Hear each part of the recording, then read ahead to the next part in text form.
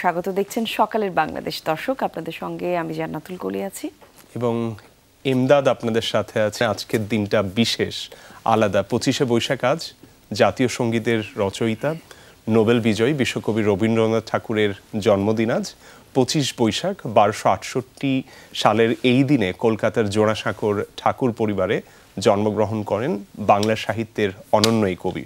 একদমই তাই। এবং রবীন্দ্র জয়ন্তীতে আজ আমাদের সকালের বাংলাদেশের অতিথি আছে দুজন। আমরা অতিথি হিসেবে আমন্ত্রণ জানিয়েছি একজন আবৃত্তি শিল্পীকে এবং একই সাথে একজন সঙ্গীত শিল্পীও আছেন আমাদের সঙ্গে। আজকে আবৃত্তিকার হিসেবে আছেন আশরাফুল হাসান বাবু এবং একই সাথে রবীন্দ্রসঙ্গীত শিল্পী হিসেবে আছেন জয়ন্ত আচার্য। শুভ সকাল আপনাদের। শুভ সকাল। শুভ সকাল। চমৎকার লাগছে আপনাদের দুজনকে। আপনাদেরকে খুব সুন্দর লাগছে। আসলে সকালটা শুরু করতে পারলাম সে কারণ হচ্ছে এই দিনে গান শুনবো, রবীন্দ্রনাথের কবিতা শুনবো, এর থেকে ভালো আর কি হতে পারে? সত্যি মানে এর থেকে ভালো শুরু আর কি হতে পারে? সেটাই, সকালটাই কেমন আনন্দমুখর হয়ে গেল। রবীন্দ্রনাথের জন্মদিন, যিনি বাঙালি জাতির জাতীয় জীবনে এক অবিচ্ছেদ্য অঙ্গ, তাকে নিয়ে আমরা আজকে সকাল শুরু করতে পারছি, এটা আমাদের জন্য অনেক বিশেষ পাওয়া। একদম, আসলেই। আর এই আজকের দিনের শুরুটায় একটু আপনাদের কে কি দিয়ে শুরু করবেন আমি জানি না, কিন্তু আপনার কাছেই আসতে চাই। প্রথমে আমরা 4টা লাইন কবিতার লাইন দিয়ে আজকে শুরু করব কিনা? হ্যাঁ, অবশ্যই অবশ্যই। কি শোনাবেন প্রথমে? প্রথমে শোনাতে পারি, সকাল যেহেতু, রবীন্দ্রনাথের প্রভাত সঙ্গীত কাব্যগ্রন্থের আমি যদি নির্ঝরের স্বপ্নভঙ্গ দিয়ে শুরু করতে পারি, সকালটা ভালোই লাগবে আশা করি। তাহলে আমরা যাই।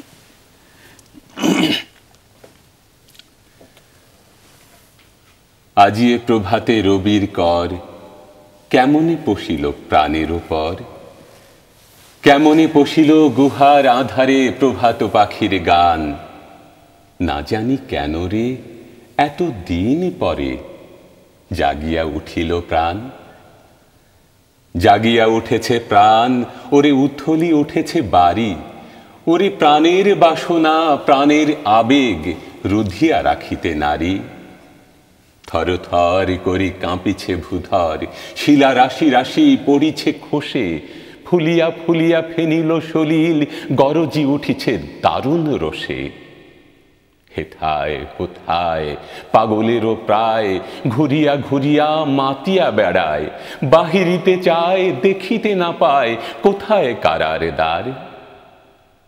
কেন রে বিধাতা পাষাণ হেন, চারিদিকে তার বাঁধন কেন, ভাঙরে হৃদয় ভাঙরে বাঁধন, সাধরে আজিকে প্রাণের সাধন।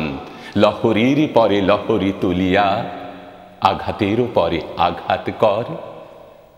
মাতিয়া যখন উঠেছে পরাণ, কিসের আধার কিসের পাষাণ, উথলি যখন উঠেছে বাসনা, জগতে তখন কিসের ডর।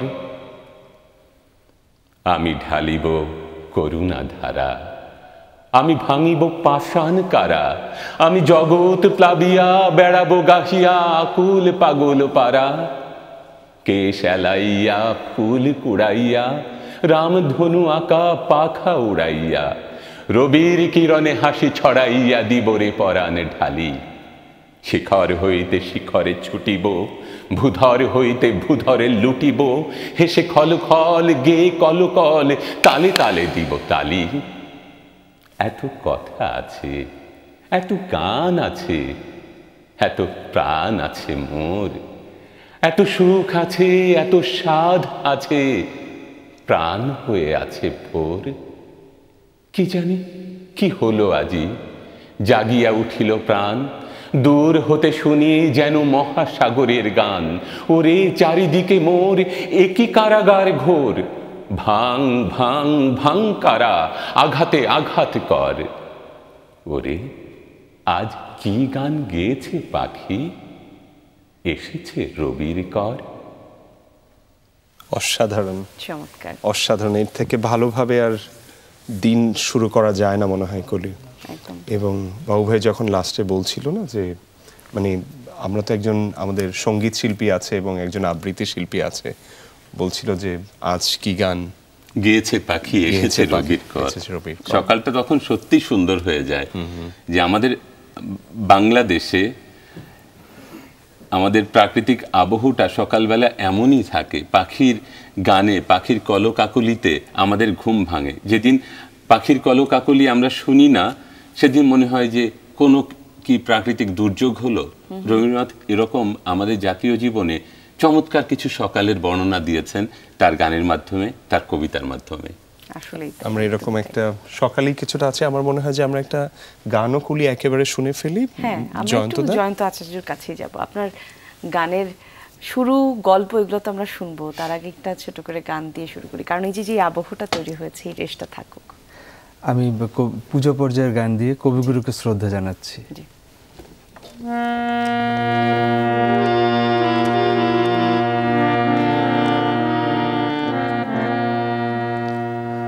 আমার মাথা নত করে দাও হে তোমার চরণ ধুলার তলে, মাথা নত করে দাও হে তোমার চরণ ধুলার তলে, সকল অহংকার হে আমার ডুবাও চোখের জলে, আমার মাথা নত করে দাও হে তোমার চরণ ধুলার তলে।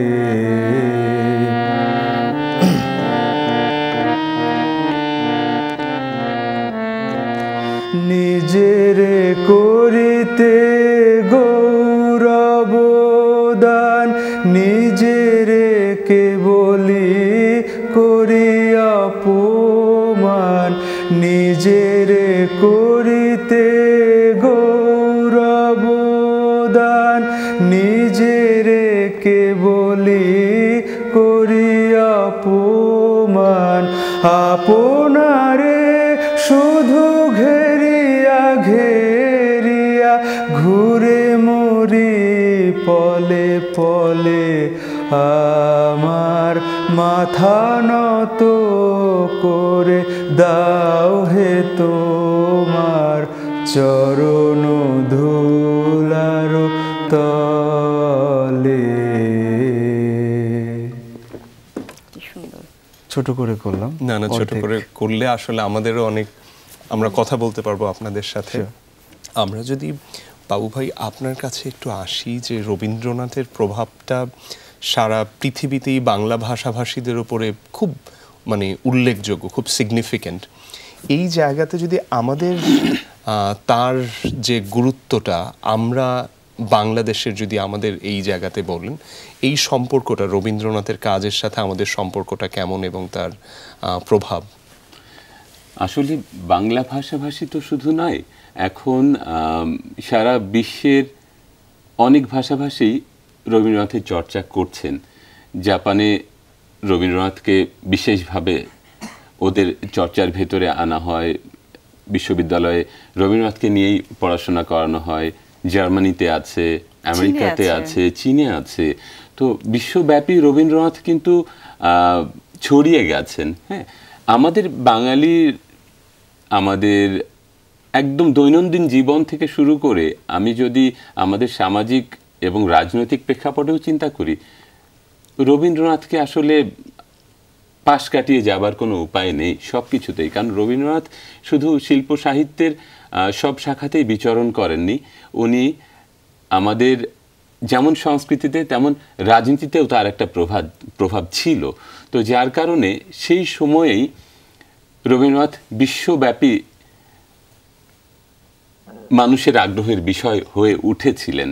আমরা আমাদের সংস্কৃতিতে একদম অবধারিত অংশ হিসেবে যেটা বলি যে আমাদের রবীন্দ্রনাথের গান, রবীন্দ্রনাথের কবিতা বা তার উপন্যাস, গল্প, এগুলো কোনো কিছু আসলে রবীন্দ্রনাথকে ছাপিয়ে যেতে পারেনি। হয়তো একটা সময়ে আমাদের শিল্পী সমাজ বা সাহিত্যিক সমাজ তাকে রবীন্দ্র উত্তর যে সাহিত্য পর্ব সেখানে চেষ্টা করেছিলেন, তো পরে তারাও স্বীকার করেছেন যে না, এই বলয় আমাদের পক্ষে ভাঙা সম্ভব নয়, বরং এর ভেতরে থেকে আমরা রবীন্দ্রনাথকে সাথে নিয়ে, রবীন্দ্রনাথকে আমরা ধারণ করে যদি কিছু নতুন আবিষ্কার করতে পারি, নতুন চর্চা করতে পারি, তাহলে সেটাই মনে হয় আমাদের সব থেকে বড় পাওয়া হবে।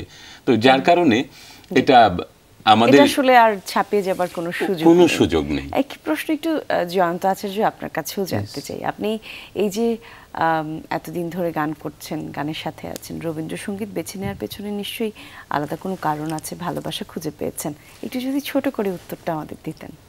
আসলে আমার পরিবার রাবীন্দ্রিক পরিবার, ঘুম ভাঙতো রবীন্দ্রসঙ্গীত শুনে, আর পরিবারের সবাই রবীন্দ্রসঙ্গীত চর্চা করত, মানে আমার বাবার বাবা, মানে বাবা তো করতো, আর মায়ের কাছে হাতে খড়ি, রবীন্দ্রসঙ্গীতই হাতে খড়ি, সব রকমের গান শুনেই বড় হওয়া, সব রকমের গান চর্চা ছোটবেলা থেকেই করেছি। কিন্তু যেহেতু পরিবারে সবাই রবীন্দ্রসঙ্গীত করে, পছন্দ করতো, তাই রবীন্দ্রসঙ্গীতের প্রতি এত আগ্রহ ছিল ছোটবেলা থেকে। পরে পড়াশোনাও রবীন্দ্রসঙ্গীতে করেছি ঢাকা বিশ্ববিদ্যালয়ে।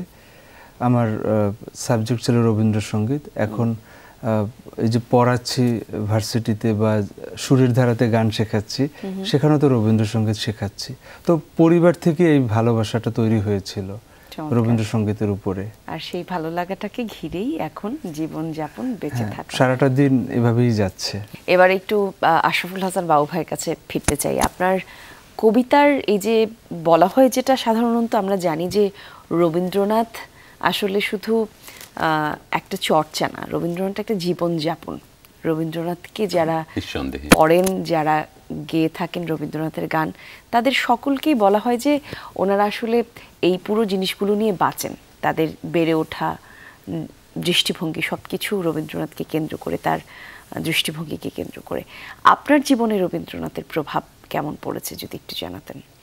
প্রভাব তো আসলে আমরা নিজ চোখে দেখতে পাই না, কিন্তু আমরা যারা রবীন্দ্রনাথের চর্চা করি, রবীন্দ্র সাহিত্যের বা সঙ্গীতের যে কোনো শাখায় আমরা বিচরণ করি, তাদেরকে না আসলে দেখলে বোঝা যায় যে হ্যাঁ, এই মানুষটির ভেতরে একটা অন্য কিছু আছে, যেটাকে আমি বলবো খুব সাবলীলতা, খুব মানে একদম একটা নিজস্ব স্বকীয়তা তৈরি হয়ে যায় রবীন্দ্রনাথের দর্শনকে যিনি ধারণ করেন। একদম সত্যি আপনি শব্দটা ধরে দিয়েছেন যে রবীন্দ্রনাথের দর্শন আমাদের জীবনবোধটাকে আসলে পাল্টে দেয়। হ্যাঁ, কিভাবে পাল্টে দেয় সেটা আমরা আমাদের প্রাত্যহিক জীবনে, আমি যখন কাজ করছি, আমি যে কোনো প্রতিষ্ঠানে একজন কর্মী হিসেবে আছি, সেখানে আমার পার্শ্ববর্তী যিনি সহকর্মী আছেন, তিনি না আমাকে একটু অন্য চোখে দেখেন যে হ্যাঁ, উনি শিল্পের চর্চা করেন। এখন শিল্পের চর্চা নানা মাধ্যমেই হতে পারে, কিন্তু রবীন্দ্রনাথের শিল্পের চর্চা আমাকে হয়তো অন্যভাবে জায়গা করে দিচ্ছে, বা আমার প্রতিষ্ঠানে আর 10 জন 20 জন থেকে আলাদা করে দিচ্ছে। এই আলাদা শব্দটাই কিন্তু যে বোঝাই যায় যে উনি রবীন্দ্রসঙ্গীত করে, ধারণ করে, এটা তার সবকিছুতে প্রকাশ পায়, যেটা হাসান ভাই এবং আমাদেরকে বিনয় শেখায়, আমাদেরকে নত হতে শেখায়। এবং এই যে খুব পারফেকশন, উনি তো সবকিছু একদম বেঁধে দিয়ে গেছে যে এর বাইরে তুমি যেতে পারবে না। তো আমাদের জীবনে কিন্তু ওটা প্রভাব পড়ে। আমরা যখন কাজ করব না, একদম গুছিয়ে কাজটা করব, সবকিছু, সেটা সংসার বলেন, কাউকে পড়ানো বলেন, বিজনেস বলেন, না সবকিছু একদম ছকের মধ্যে কিন্তু আমরা করি, নিঃসন্দেহে, এবং কাউকে আঘাত করে না, খুব শান্তি নিয়ে, খুব শান্তভাবে আমরা সব কাজ করার চেষ্টা করি। আমি ঠিক বলছি কি না? হ্যাঁ, না ঠিক এই ব্যাপারটাই আমি আরেকটু যদি মানে বিশদভাবে বলি 1 মিনিটেই। এর ভিতরে একটা ভুল বোঝাবুঝি ছিল রবীন্দ্রনাথ নোবেল পাওয়ার পরে রবীন্দ্রনাথকে আমাদের দেশের, আমাদের এই ভারতবর্ষের মানুষ মনে করলো কি রবীন্দ্রনাথ আচ্ছা ব্রিটিশের গোলামি করে রবীন্দ্রনাথ নোবেল পেয়ে গেছেন। হ্যাঁ, এবং স্বদেশীরা রবীন্দ্রনাথের বিপক্ষে চলে গিয়েছিল একটা সময়, এমনকি এখানে একটা সংগঠন দাঁড়িয়ে গিয়েছিল রবীন্দ্রনাথকে হত্যা করার জন্য। হ্যাঁ, যেটা আমাদের শিখদের কাশ্মীরপন্থী একটি বাহিনী, গদর বাহিনী নামে পরিচিত ছিল। তারা রবীন্দ্রনাথ ভারতবর্ষ বা ইউরোপে বা আমেরিকায় 1915 সালে আমেরিকায় সরাসরি তাকে অ্যাটাক করার জন্য একটা পরিকল্পনা হয়েছিল। হ্যাঁ, মানুষ ভুল বুঝতো, কারণ কি তখন তাদের ধারণা ছিল রবীন্দ্রনাথ আন্তর্জাতিকতাবাদে বিশ্বাসী, জাতীয়তাবাদে বিশ্বাসী না। সারা বিশ্বে রবীন্দ্রনাথ ছড়িয়ে গেছেন, কিন্তু আমরা এখনো রবীন্দ্রনাথকে অবশ্যই, এবং সেই ভুল কিন্তু তারা বুঝতে পারে পরবর্তীতে, তাদের ভুল তারা শুধরে নিয়েছিল। আমরা কি কলি আরেকটা গানে যাব? আমার মনে হয় যে আরেকটা গান যেতে পারি নিশ্চয়ই।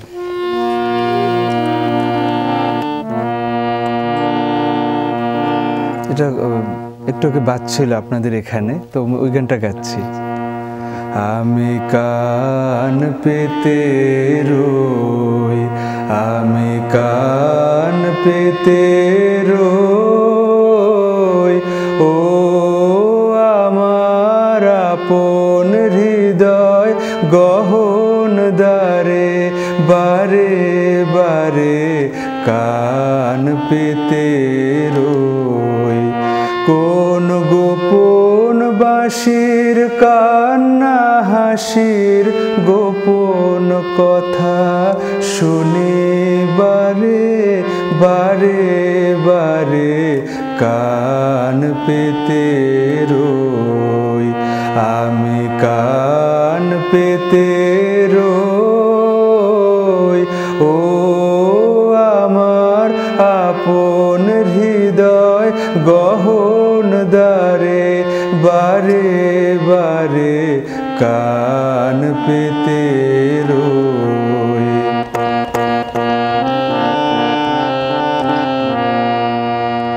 ভ্রমর সেথা হয় বিভাগী, নিভৃত নীল পদ্ম লাগি রে। ভ্রমর সেথা হয় বিভাগী, নিভৃত নীল পদ্ম লাগি রে। কোন রাতের পাখি গায়ে কাকি, রাতের পাখি গায়ে কাকি, সঙ্গী বিহীন অন্ধকারে, বারে বারে কান পেতে রই, আমি কান পেতে রই, ও আমার আপন হৃদয় গহন দ্বারে, বারে বারে কান পেতে রই। কি সুন্দর, চমৎকার। আমরা একটা কবিতা শুনবো। নিশ্চয়ই, অসাধারণ। এরপরে আমরা অসাধারণ, মানে গানটা আসলে ভেতরে না নাড়া দিয়ে যায়। আর রবীন্দ্রনাথের গানগুলো আসলে বাণী নির্ভর, তো এত সাবলীলভাবে গানগুলো, মানে জয়ন্তদা গাইলেন বা গানগুলো আমাদের ভেতরে প্রবেশ করে, আমাদের ভেতরটাকে নাড়া দেয়। আমি গান শুনতে শুনতে মনে হচ্ছিল যে এরপরে তো আমাকে বলবে কবিতা পড়তে, কোনটা পড়বো। আমি তাহলে একটু পেছনে ফিরে যাই, একটু স্মৃতিচারণ করি। হঠাৎ দেখা পড়ছি। রেলগাড়ির কামরায় হঠাৎ দেখা, ভাবিনি সম্ভব হবে কোনোদিন। আগে ওকে বারবার দেখেছি লাল রঙের শাড়িতে, ডালিম ফুলের মতো রাঙা। আজ পরেছে কালো রেশমের কাপড়, আঁচল তুলেছে মাথায়, দোলন চাঁপার মতো চিকন গৌর মুখখানি ঘিরে। মনে হলো কালো রঙের একটা গভীর দূরত্ব ঘনিয়ে নিয়েছে নিজের চারদিকে, যে দূরত্ব সর্ষে ক্ষেতের শেষ সীমানায়, শালবনের নীলাঞ্জনে। থমকে গেল আমার সমস্ত মনটা, চেনা লোককে দেখলেম অচেনার গাম্ভীর্যে। হঠাৎ খবরের কাগজ ফেলে দিয়ে আমাকে করলে নমস্কার, সমাজবিধির পথ গেল খুলে। আলাপ করলেম শুরু, কেমন আছো, কেমন চলছে সংসার, ইত্যাদি। সে রইল জানলার বাইরের দিকে চেয়ে, যেন কাছের দিনের ছোঁয়াচ পার হওয়া চাহনিতে। দিলে অত্যন্ত ছোট দুটো একটা জবাব, কোনোটা বা দিলেই না। বুঝিয়ে দিলে হাতের অস্থিরতায়, কেন এসব কথা, এর চেয়ে অনেক ভালো চুপ করে থাকা। আমি ছিলেন অন্য বেঞ্চিতে ওর সাথীদের সঙ্গে। একসময় আঙুল নেড়ে জানালে কাছে আসতে, মনে হলো কম সাহস নয়। বসলুম ওর এক বেঞ্চিতে। গাড়ির আওয়াজের আড়ালে বললে মৃদুস্বরে, কিছু মনে করো না, সময় কোথা সময় নষ্ট করবার? আমাকে নামতে হবে পরের স্টেশনেই, দূরে যাবে তুমি, দেখা হবে না আর কোনো দিনই। তাই যে প্রশ্নটার জবাব এত কাল থেমে আছে শুনব তোমার মুখে, সত্য করে বলবে তো? আমি বললেন বলবো। বাইরের আকাশের দিকে তাকিয়েই শোধ হলো, আমাদের গেছে যে দিন একেবারেই কি গেছে, কিছুই কি নেই বাকি।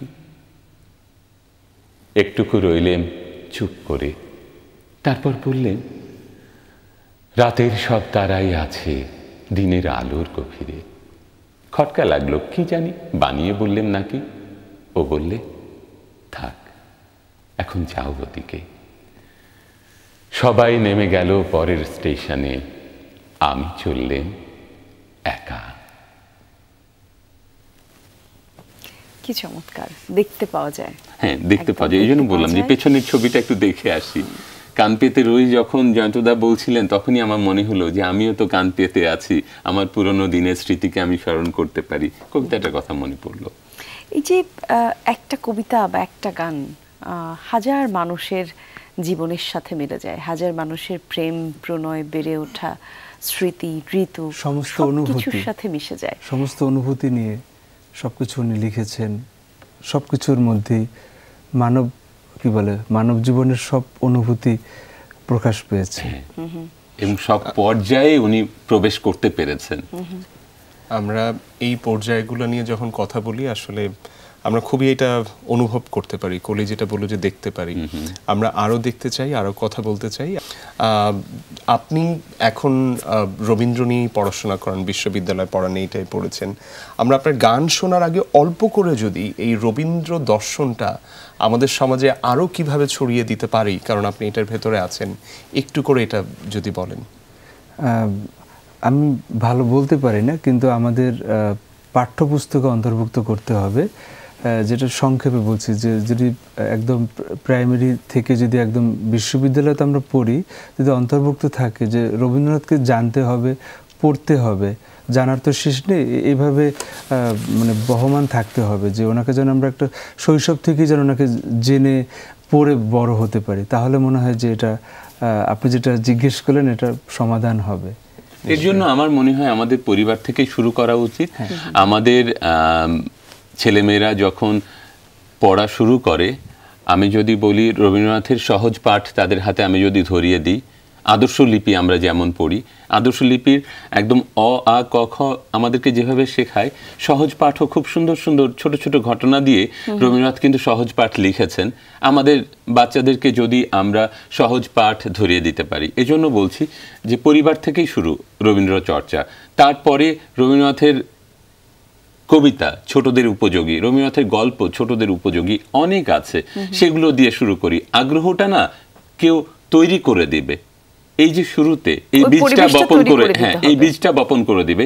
তারপরে সে হয়তো রবীন্দ্রনাথের অনেক বড় বড় উপন্যাস পড়বে পরবর্তী সময়, যখন বড় হবে তার আগ্রহটা তখন তৈরি হয়ে যাবে। এই চর্চাটা আসলে পরিবার থেকেই হওয়া উচিত। আমাদের সামাজিকভাবেও কিছু আন্দোলন চলছে রবীন্দ্র চর্চা নিয়ে, আমরা চর্চা করছি, সাংস্কৃতিক সংগঠনগুলো কাজ করছে সারা দেশব্যাপী। হ্যাঁ, তার বাইরে আমার মনে হয় শুরুটা হওয়া উচিত পরিবার থেকে। একদম। আমরা একটু জয়ন্তদার কাছে ফিরতে চাই, আমরা একটা ছোট গান শুনতে চাই। এটা খুব পরিচিত গান, আমার সাথে আপনারা করতে পারেন গানটা। আমারও পরানো যাহা চাই, তুমি তাই, তুমি তাই গো, আমারও পরানো যাহা চাই, তোমা ছাড়া আর জগতে মোর কেহ নাই, কিছু নাই গো, আমারও পরানো যাহা চায় তুমি তাই গো আমারও পরানো যাহা চায় তুমি সুখ যদি নাহি পাও যাও সুখের সন্ধানে যাও আমি তোমারে পেয়েছি হৃদয় মাঝে আরো কিছু নাহি চাই গো আমারও পরানো যাহা চায় তুমি তাই গো আমারও পরানো যাহা চায়।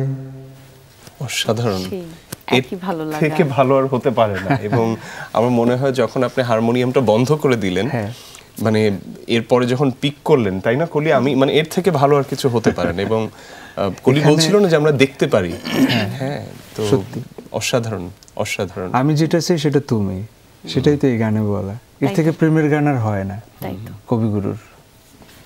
আমরা কি একটু আবৃত্তি শোনার সুযোগ নিব? আমাদের আসলে তো অনেক কথা বলতে ইচ্ছে করছে, কিন্তু সময়, ভালোবাসা, এই সবকিছুর যে একটা আবহ তৈরি হয়েছে, হ্যাঁ নিঃসন্দেহে খুব চমৎকার সময় কাটছে আমাদের। আমরা কি শেষের দিকে কিছুটা বলা যেতে পারে, এটা শেষের অংশ, শেষের দিকেও কিছুটা বলা যায়। শেষের দিকে আমি তাহলে রবীন্দ্রনাথের জীবনের শেষ উচ্চারিত কবিতা যেটি, সেটি পড়ছি। ছোট একটি কবিতা, তোমার সৃষ্টির পথ।